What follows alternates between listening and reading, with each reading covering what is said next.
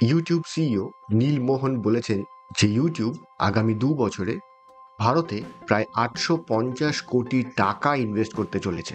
মানে এই সময় ক্রিয়েটার হলে প্রচুর টাকা ইনকাম করার চান্স রয়েছে। কিন্তু গত বছর শুধু ভারতে ইউটিউব থেকে 10 কোটি চ্যানেল কন্টেন্ট আপলোড করেছে। মানে এরপর সেই সংখ্যাটা কোথায় গিয়ে দাঁড়াবে একবার ভাবো। এখানেও কম্পিটিশন, আর কম্পিটিশনে টিকে থাকতে হলে শুধু ভিডিও বানালে চলবে না, ঝকঝকে দেখতে ভিডিও বানাতে হবে, একটু সুন্দর দেখতে ভিডিও বানাতে হবে, সিনেম্যাটিক ভিডিও বানাতে হবে। আর তার জন্যে চাই আবার খরচা। আরে পয়সা লাগবে না, টেকনিক লাগবে। আর আজকের ভিডিওতে আমি তোমাদের কয়েকটা ইজি টেকনিক শেখাবো যাতে শুধুমাত্র তোমার ফোন ইউজ করে তুমি একটা প্রফেশনাল ভিডিও শ্যুট করতে পারো। আরে 15 বছর বাংলা ফিল্ম অ্যান্ড টিভি ইন্ডাস্ট্রিতে কাজ করেছি, আর কিছু শিখি না শিখি সস্তায় কিভাবে কাজ করতে হয় সেটা শিখেছি, কারণ বাংলা ইন্ডাস্ট্রিতে টাকা নাই। আর সেই টেকনিকই আমি শেখাবো আজকের ভিডিওতে। So let's begin. সবার আগে কোথায় শুটিংটা করবে সেটা ছকে নাও। একটা মোটামুটি সুন্দর দেখতে ব্যাকগ্রাউন্ড, কোনো দেয়াল বা কিছুর সামনে শ্যুটটা করলে ভালো। আমি বলছি না একদম ঝাঁ চকচকে কিছু একটা হতে হবে, বাট মোটামুটি একটা সুন্দর দেখতে ব্যাকগ্রাউন্ড হলে ফ্রেমটা পরিষ্কার পরিচ্ছন্ন দেখতে লাগে। তো সেরকম একটা ব্যাকগ্রাউন্ডের সামনে বসে পড়ো। এবার দরকার লাইটিং। দেখো, আলাদা করে ঘরের সমস্ত লাইট নিভিয়ে এক এক করে face light, backlight, practical light এসব করতে গেলে অনেক লাইটের প্রয়োজন হয়। কিন্তু আমরা তো গরিব, তাই আমাদের জন্য একটাই লাইট, এইটা। এই ভদ্রলোককে কখনো সোজাসুজি মুখের সামনে বসাবে না, বরং একটু তেরছা করে ক্যামেরার সাইড থেকে ফেলবে, তাহলে ঠিক থাকবে। আর ব্যাকগ্রাউন্ড লিট আপ করার জন্য ঘরের টিউবলাইট তো আছেই।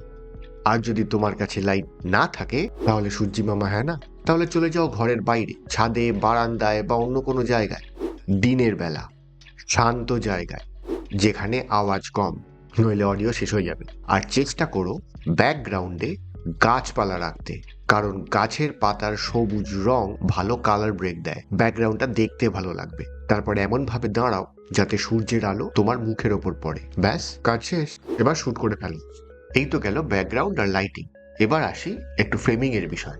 প্রথমে একটা ওয়াইড শট নাও, এটা তোমার মেইন ফ্রেম, এটাকে বলে মাস্টার। কিন্তু গোটা শ্যুটটাই এই মাস্টার ফ্রেমে করো না, দেখতে বোরিং লাগে। বরং মাঝে মাঝে কেটে একটু ক্লোজ এসো, এরকম।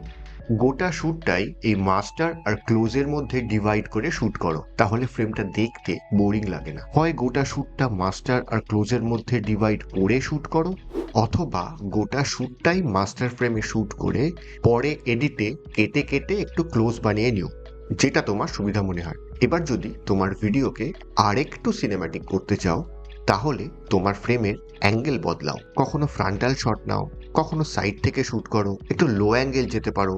কিন্তু আবার ওই রাম গোপাল ভার্মার মতো উদ্ভট উদ্ভট ফ্রেম করে বসো না, তাতে হরার সিনেমা মনে হবে। দেখো, এগুলোর কোনো স্পেসিফিক নিয়ম নেই, এগুলো করতে করতে বুঝতে পারবে কোন ফ্রেমটা কখন ভাল লাগছে, কোন অ্যাঙ্গেলটা কোথায় দিলে ভাল লাগছে। যত করবে তত বুঝবে। কিন্তু এগুলো করলে তোমার ভিডিও দেখতে প্রফেশনাল লাগবে, ডাইনামিক লাগবে, আর লোকে অতটা বোর হবে না। তো এই হচ্ছে খুব সহজে জাস্ট একটা মোবাইল ফোন দিয়ে বাড়িতে প্রফেশনাল ভিডিও শুট করার উপায়। তো আর কি, ঝটপট নিজের পরের ভিডিও শুট করে নাও। আর ভিডিওটা ভালো লাগলে কন্টেন্ট কথা চ্যানেলে সাবস্ক্রাইব করে দিও।